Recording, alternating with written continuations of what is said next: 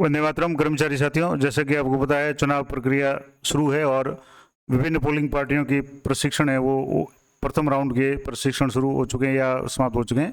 Second round के प्रशिक्षण शुरू होने वाले हैं। उससे पहले मैंने चुनाव से संबंधित जो भी प्रक्रिया है उसके संबंध में कई टॉपिक्स पे विस्तार से वीडियो बनाए हैं, जिसमें मतदान के दौरान या मॉक पोल के दौरान अगर मशीनें खराब हो जाए, BU CU या वीवीपैट, तो उसका क्या करना है, कौन सी यूनिट है वो चेंज होगी, कौन सी पूरी रिप्लेस होगी या पर्टिकुलर यूनिट रिप्लेस होगी। इसके अलावा PO 1 2 3 या PRO के क्या कार्य है, कुछ विशेष परिस्थितियां जैसे ESD है या मान लो जैसे प्रॉक्सी द्वारा मतदान है, चैलेंज वोट है, टेंडर वोट है या टेस्ट वोट है। नियम 49MA, 49M और 49O, ये अलग अलग जो भी नियम है उनकी वो क्या नियम है, इसके संबंध में विस्तार से वीडियो बनाए हुए हैं।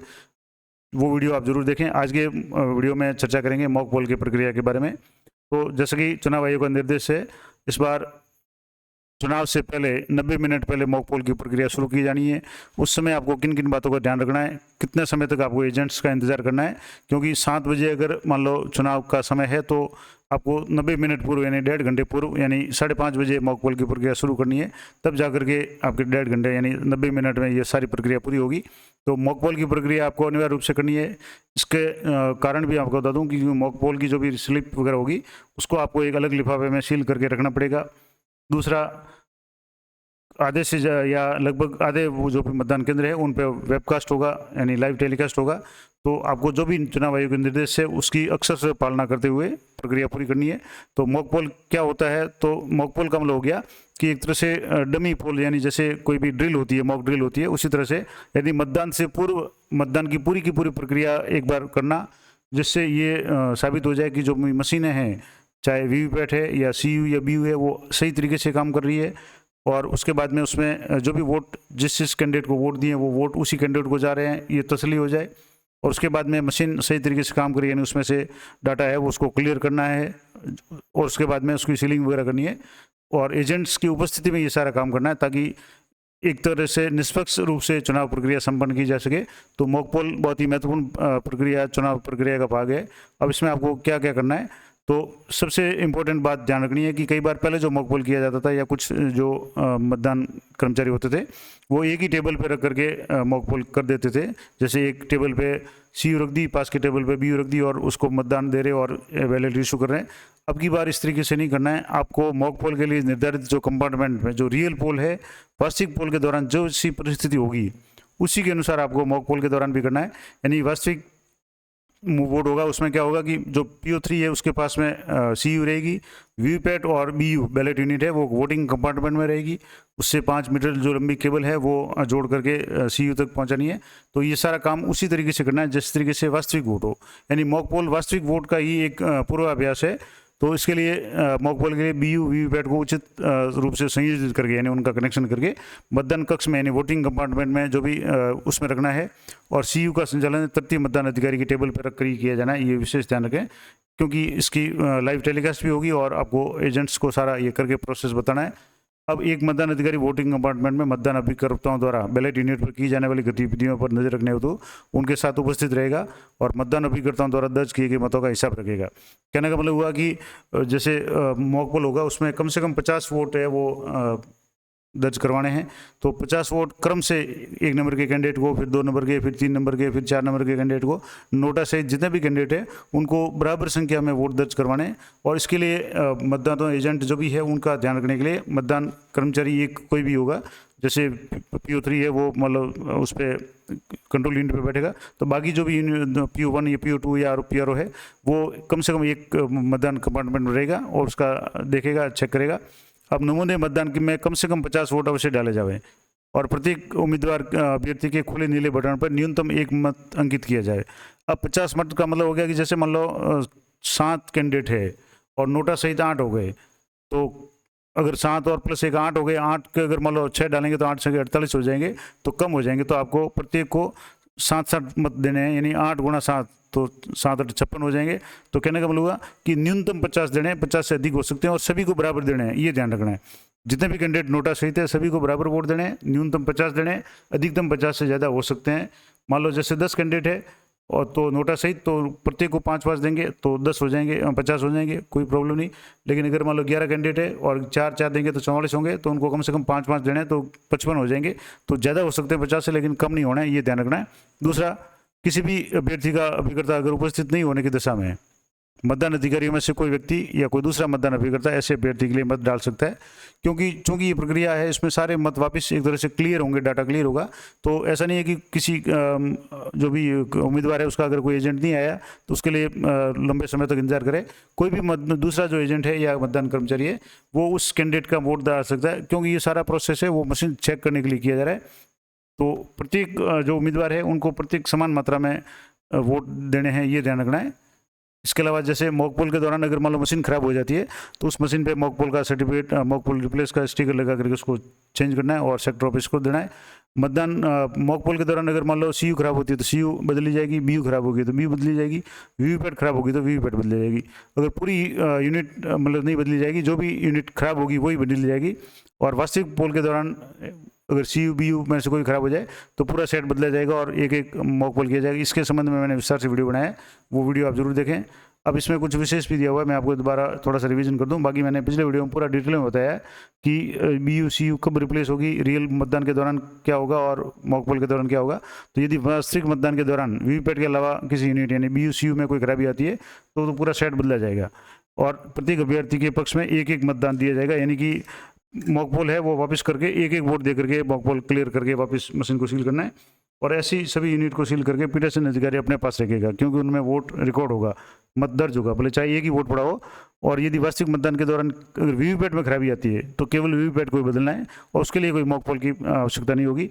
अब मॉक पोल की प्रक्रिया किस तरीके से होगी, तो जैसे यहाँ इस तरीके से सबसे पहले तो आपको जो भी यूनिट है, कंट्रोल यूनिट है, वो कंट्रोल यूनिट PO3 की टेबल पे रखनी है। बैलेट यूनिट और वीवीपैट है आपको वोटिंग कंपार्टमेंट में रखना है। उसके बाद में बैलेट जो PO3 है वो बैलेट इशू करेगा, मतदान वोट है वो जारी करेगा, बैलेट इशू करेगा। तो जो जैसे मशीन का जो पावर लैंप शुरू होगा तो नीले कलर की जो लाइट है वो तो शुरू रहेगी पूरे दिन भर। जब भी मशीन शुरू रहेगी तो जब भी बैलेट इशू होगा तो बिजी लैंप चमकेगा, लाल कलर का जो बिजी लैंप है वो शुरू हो जाएगा। और उसके बाद में जो CU होगी यानी जो B होगी बैलेट यूनिट होगी, उसमें ग्रीन कलर की रेडी लाइट लैंप है वो शुरू हो जाएगा। रेडी लाइट लैंप का मतलब हो गया कि यहाँ से बैलेट जारी हो गया है, लेकिन यहाँ मतदान अभी तक किया नहीं है। जब तक यहाँ कोई बटन नहीं दबेगा ब्लू कलर का, तब तक ये ब्लू लाइट, ये हरी की बत्ती है वो शुरू रहेगी। और जब भी कोई व्यक्ति आकर के यहाँ किसी बटन को दबाएगा तब ये बत्ती बंद हो जाएगी। वीवीपैट में 7 सेकंड तक पर्ची रहेगी। उसके बाद में कंट्रोल यूनिट से बीप की आवाज़ आएगी। तो जैसे अब मॉक पोल में क्या होगा, जैसे मतदाता अपनी पसंद का जो भी उम्मीदवार होगा उसके सामने जो भी नीला बटन होगा BU का, उस पर बिजी लैंप है वो जल जाएगा और वीवीपैट में संबंधित उम्मीदवार की क्रम संख्या, नाम और चुनाव वाली पर्ची प्रदर्शित होगी। यानी जैसे इस तरीके से ये वीवीपैट है। वीवीपैट में यहाँ जैसे ये जो इसका कांच टाइप का जिसमें है, तो इसमें जैसे ही वो मतदाता इस यूनिट में यानी यहाँ किसी बटन दबाएगा, यानी अपनी पसंद के उम्मीदवार को मतदान करेगा, यहाँ उसमें बटन दबाएगा नीले कलर का, तब क्या होगा, यहाँ लाइट जलेगी और यहाँ 7 सेकंड तक इस तरह की पर्ची रहेगी। अब पर्ची में क्या होगा, जो कैंडिडेट की क्रम संख्या होगी, नाम आएगा उसका और चुनाव चिन्ह आएगा। और 7 सेकंड तक वो मतदाता देख सकता है कि जिस व्यक्ति को या जिस कैंडिडेट को उसने वोट दिया है वही पर्ची इसी में गिर रही है। और 7 सेकंड के बाद में पर्ची वो गिर जाएगी। अब पर्ची इस तरीके से होगी, इससे पहले तो पर्ची पे सीरियल नंबर होंगे सबसे ऊपर, उसके बाद में क्रम संख्या होगी, कौन से उम्मीदवार को वोट दिया है, उसके बाद में वोटर का जो भी सिंबल होगा, निशान होगा वो होगा, और कैंडिडेट जो है उसका नाम होगा और कैंडिडेट का सिंबल होगा। ये तीनों चीज़ें वहाँ उसमें शो होगी और मतदाता है वो कंफर्म करेगा कि जिस कैंडिडेट को उसने वोट दिया है वही कैंडिडेट का नाम और उसका निशान यहाँ शो हो रहा है। और पर्ची है वो 7 सेकंड के बाद में गिर जाएगी। यानी वीवीपैट में प्रदर्शन खंड में वोटर स्लिप की सूचना 7 सेकंड तक प्रदर्शित होगी और उसके बाद में वोटर लिस्ट है वो स्लिप है वो स्वतः ही स्लिप ड्रॉप बॉक्स में गिर जाएगी, यानी कट करके गिर जाएगी। और उसके पश्चात CU में बीप की आवाज़ सुनाई देगी। जब तक मशीन में वो 7 सेकंड तक पर्ची रहेगी तब तक कंट्रोल यूनिट से आवाज़ नहीं आएगी। वो पर्ची नीचे गिरते ही कंट्रोल यूनिट से आवाज़ आएगी और कंट्रोल यूनिट से आवाज़ आने का मतलब है कि मतदान पूरा हो गया है। तो जो PO3 है उसको विशेष ध्यान रखना है कि जब तक CU से बीप की आवाज़ नहीं आए तब तक उस मतदाता को रोके रखना है। उसको कहना है कि वोटिंग कंपार्टमेंट में रहे और बटन दबाए। कई बार लोग कन्फ्यूज हो जाते हैं और बटन नहीं दबा पाते हैं और वहाँ खड़े रहते हैं और उसके बाद में चले जाते हैं और वो मतदान है वो मशीन बिजी की बिजी रहती है, यानी उसमें वोट नहीं कास्ट होता है, तो जो भी संख्या होगी मशीन में जो भी वोट गिरेंगे वो और जो 17 का रजिस्टर है उसमें अंतर आ जाएगा। तो ये विशेष ध्यान रखना है। हालांकि ये मॉक पोल है, लेकिन मॉक पोल में सेम प्रक्रिया होगी। अब इसके बाद में जैसे यहाँ BO और वीवीपैट पे क्या होगा, जैसे मान लो ये एक नंबर का कैंडिडेट है, उसको इसने वोट दिया, तो यहाँ जो रेडी लैंप है वो जलना बंद हो जाएगा, और जो भी यहाँ बटन के सामने का जो लाल कलर का छोटा सा लैंप है ये शुरू हो जाएगा, इसका मतलब इसको वोट पड़ा। और उसके बाद में वीवीपैट में एक नंबर है मान लो, तो एक नंबर के यहाँ उसका नाम संकेत वगैरह सारा शो हो जाएगा और 7 सेकंड तक पर्ची रहेगी। उसके बाद में जैसे ही ये मॉक पोल की प्रक्रिया शुरू हो जाए, न्यूनतम 50 वोट और सभी उम्मीदवारों को नोटा सहित समान वोट देने हैं। उसके बाद में क्लोज बटन दबाना है, और ये ध्यान रखें कि एक बार क्लोज बटन दबाने के बाद में दोबारा मशीन से वोट आप नहीं दे सकते जब तक मशीन को क्लियर नहीं करेंगे। ये विशेष ध्यान रखें, क्योंकि इसमें CRC करनी पड़ती है, यानी क्लोज, उसके बाद में रिजल्ट, उसके बाद में क्लियर। तो ये ध्यान रखें। अब जैसे सभी उम्मीदवारों को वांछित मत देने के बाद, यानी जैसे कम से कम 50 वोट हो गए, तो उसके बाद में मतदान की जो बनावटी मतदान यानी मॉक पोल की प्रक्रिया उसको समाप्त किया जाना है। तो आपको क्लोज बटन दबाना है, यानी मशीन को अभी तक सील नहीं करना है। क्लोज बटन दबाने के बाद में जैसे आप क्लोज बटन दबाएंगे ये मशीन इस तरीके से क्लोज हो जाएगी, जिसमें डेट आएगा, टाइम आएगा, सीरियल नंबर आएगा, कैंडिडेट की संख्या आ जाएगी, और इस तरीके से इसमें कितने वोट पड़े वो आ जाएगा। अब जैसे इसमें न्यूनतम 50 वोट होंगे तो 50 से ज़्यादा हो सकते हैं, कम नहीं हो सकते। मॉक पोल आपको सही तरीके से करवाना है। और उसके बाद में पोल क्लोज का ऑप्शन आएगा, यानी पोल क्लोज हो गया। अब उसके बाद में आपको रिजल्ट नमूना मतदान का परिणाम ज्ञात करना है, यानी रिजल्ट चेक करना है। तो यहाँ जैसे इस जो इसका कवर है इसको ऊपर करेंगे, यहाँ जैसे क्लोज का जो बटन है वहाँ से, तो यहाँ से ऊपर करेंगे तो यहाँ 2 ऑप्शन इसमें देखेंगे, ऊपर है वो रिजल्ट का ऑप्शन है, नीचे है प्रिंट का ऑप्शन। तो प्रिंट का आपको कोई नहीं करना है, आपको सिर्फ रिजल्ट चेक करना है। तो आप रिजल्ट पे क्लिक करेंगे, तो जैसे ही रिजल्ट के बटन पे यहाँ पे आप क्लिक करेंगे तो कंप्यूटिंग रिजल्ट, यानी इसमें स्क्रीन पे रिजल्ट है वो शो होना शुरू हो जाएगा, और आपको ये मशीन है पूरी एक बार शुरू होने के बाद दिखाएगी कि कैंडिडेट ये के इतने वोट पड़े, 2 के इतने पड़े, 3 के इतने पड़े, 4 के इतने पड़े, जितने भी कैंडिडेट होंगे उन सभी के वोट है वो आपको दिखाएगी। जैसे इस तरीके से टोटल कैंडिडेट कितने हैं, कितने वोट टोटल पड़े, उसमें से प्रति कैंडिडेट को कितने कितने वोट मिले, और इस तरीके से एंड हो जाएगा। वो आपको एक बार चेक करना है, नोट करना है। उसके बाद में आपको जो भी बटन आपने काम में लिए थे, तो जैसे सबसे पहले तो आपको जो जब भी कनेक्शन करें CU का पावर ऑफ करके कनेक्शन करें। उसके बाद में सबसे पहले आपको जो वीवीपैट का नॉब है उसको खड़ा करना है, वर्टिकल करना है, जो हॉरिजॉन्टल लेटा हुआ है, क्योंकि लेटे हुई कंडीशन में पेपर है वो जाम हो जाता है, तो वो पेपर स्लिप है वो नीचे नहीं गिरेगी। तो जब भी ट्रांसपोर्ट मोड में हो तो उसको हॉरिजॉन्टल करना है, लेकिन जब आप उसको काम में ले रहे हैं तो सबसे पहले उसका वर्टिकल है उसको खड़ा करना है नॉब को। उसके बाद में CU का बटन पावर ऑन करना है, यानी CU को ऑन करना है, और CU को ऑन करते ही आपके वीवीपैट में 7 पर्चियाँ है वो मशीन चेकिंग की गिरेगी, उन पर्चियों को आपको अलग करना है। उसके बाद में आपको जैसे एक बार CU चेक कर लें, क्लियर 0 बटन, उसके बाद में बैलेट इशू करना है। इस तरीके से आपको कम से कम 50 बैलेट इशू करने हैं। उसके बाद में सारे 50 या उससे अधिक मतदान मॉक पोल के हो जाएँ, इशू एटलीस्ट 50 बैलेट, 50 मतदान करने यानी इशू करने, और मतदान 50 या उससे ज़्यादा मत होने के बाद में उसको क्लोज करना है। क्लोज के बाद में आपको रिजल्ट का सेक्शन दबाना है। रिजल्ट में आप एक बार तसल्ली कर लें कि जितने जितने वोट दिए थे प्रत्येक कार्मिक को या कैंडिडेट को, उतने के उतने वोट वहाँ सबको शो होने चाहिए। उसके बाद में आपको मशीन को क्लियर करना है। क्लियर करने का मतलब हो गया कि आपके उस मशीन में अब एक भी वोट नहीं है, आपने सिर्फ ये टेस्टिंग की है कि मशीन सही तरीके से काम करी है, जिस कैंडिडेट को वोट दिया उसी कैंडिडेट को वोट जा रहा है, उसी कैंडिडेट की पर्ची है वो गिर रही है। ये सारा क्लियर हो जाए उसके बाद में मशीन का वापस CU को स्विच ऑफ करना है, क्योंकि जब भी नया कनेक्शन करेंगे आपको स्विच ऑफ करना है, सीलिंग करेंगे तब भी आपको स्विच ऑफ करना है। तो स्विच ऑफ करने के बाद में आपको जब उसको पुनः शुरू करेंगे तो वापस नए सिरे से आपको वोटिंग करवानी है, वो वास्तविक मतदान होगा। तो वीवीपैट की जो आपने वीवीपैट करवाया उसमें वीवीपैट मशीन है, मॉक पोल के दौरान जितनी भी पर्चियाँ गिरेगी तो कम से कम 50 पर्चियाँ तो कैंडिडेट के नाम की गिरेगी, जिसमें नोटा सहित जो भी कैंडिडेट होंगे उनकी गिरेगी, और 7 पर्चियाँ मशीन अपनी टेस्टिंग करेगी वो गिरनी है। तो जैसे ही आप यहाँ से इस तरीके से वीवीपैट इसको खोलेंगे, यहाँ जो स्लिप बॉक्स का कंपार्टमेंट है, इस कंपार्टमेंट को आपको खोलना है, और यहाँ खोलने के बाद में इसमें जितनी भी स्लिपें हैं उनको आपको बाहर निकालना है। यानी कंट्रोल यूनिट के बटन को पहले स्विच ऑफ करें, उसके बाद में वीवीपैट के स्लिप कंपार्टमेंट को खोल करके उसमें से वीवीपैट की जो भी स्लिप्स है वो सारी स्लिप्स आपको निकालनी है। अब स्लिप्स में आपको 2 तरह की स्लिप्स होंगी, एक तो वो 7 स्लिप्स होगी जो मशीन अपनी चेकिंग के दौरान इसमें ड्रॉप होगी, तो वो मशीनें आपको स्लिपें 7 आपको अलग करनी है।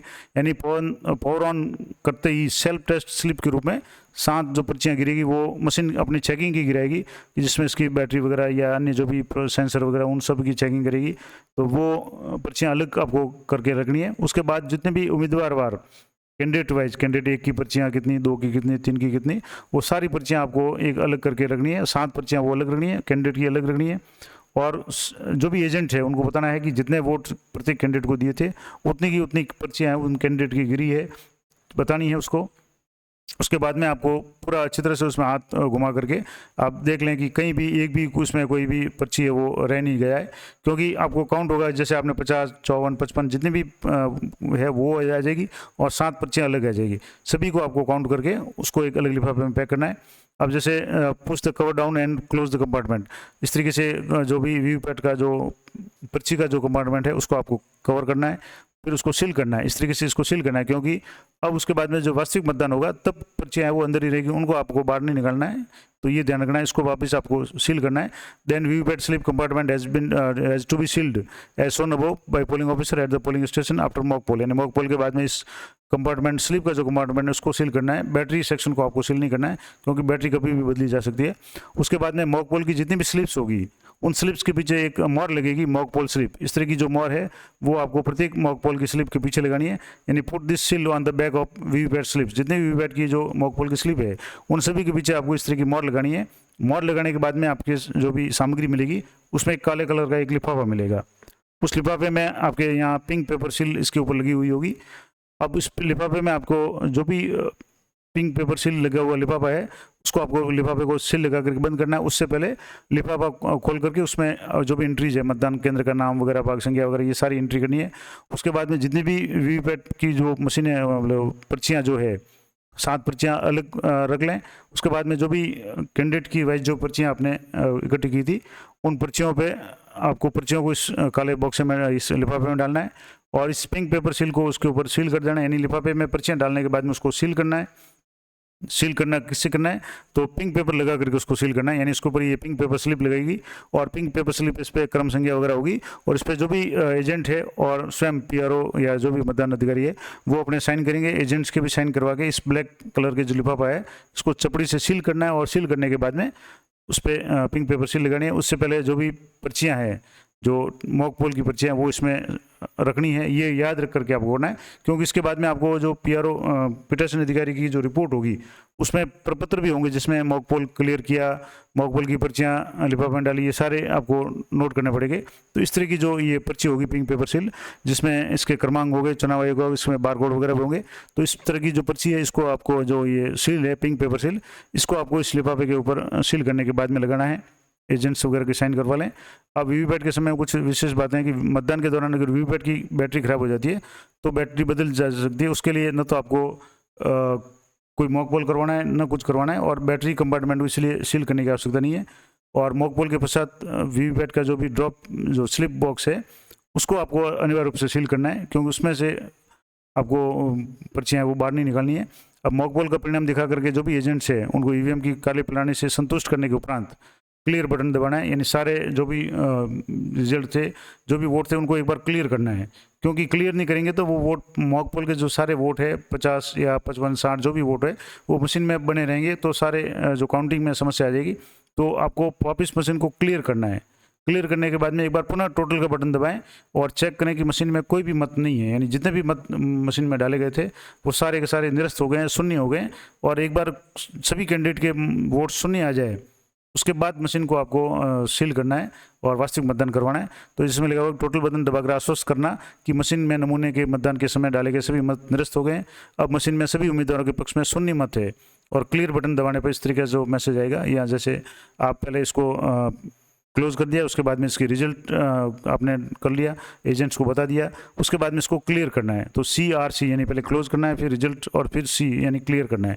क्लियर करने के बाद में मशीन को आप एक बार जैसे क्लियर करेंगे तो इस तरीके से जितने भी कैंडिडेट है टोटल कैंडिडेट आ जाएंगे। वोट कैंडिडेट 1 के 0, 2 के 0, 3 के 0, इस तरीके से जितने भी कैंडिडेट होंगे उनके 0 नंबर से होंगे और बाद में एंड होगा।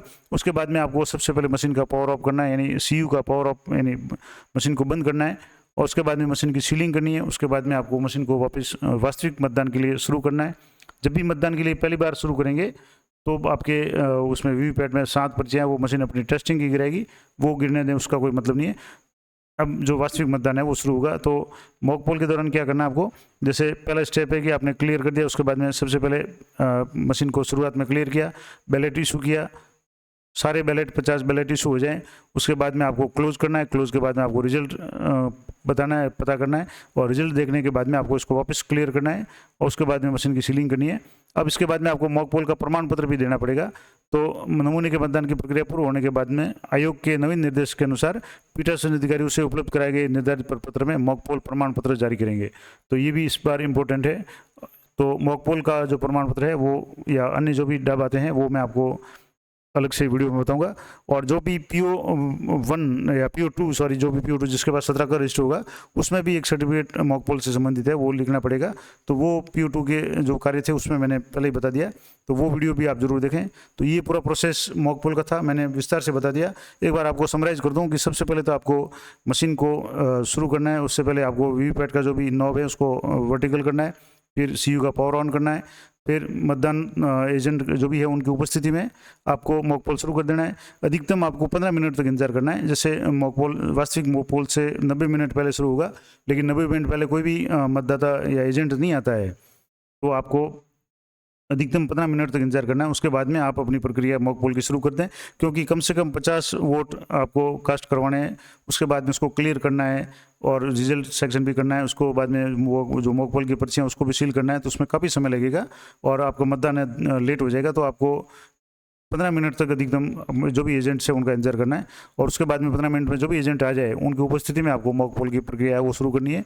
और ये पूरी जानकारी मैंने आपको बता दी। आशा करता हूँ ये जानकारी आपके लिए उपयोगी रहेगी। तो चुनाव से संबंधित जितने भी प्रक्रिया हैं उन सभी के बारे में मैंने विस्तार से वीडियो बनाए हुए हैं। प्रत्येक वीडियो आप जरूर देखें और गौर से देखें, और कोशिश की है कि मैंने एक बार अगर आप मेरा वीडियो ध्यान से सुन लेंगे तो आपको दोबारा कहीं कोई वीडियो देखने की आवश्यकता नहीं पड़ेगी। ये मेरा प्रयास है, इसलिए थोड़ा सा मेरे वीडियो है वो लंबे हो जाते हैं, लेकिन पूरी प्रक्रिया जानने के लिए ये ज़रूरी है। तो मिलते हैं नेक्स्ट वीडियो में, तब तक जय हिंद, जय भारत।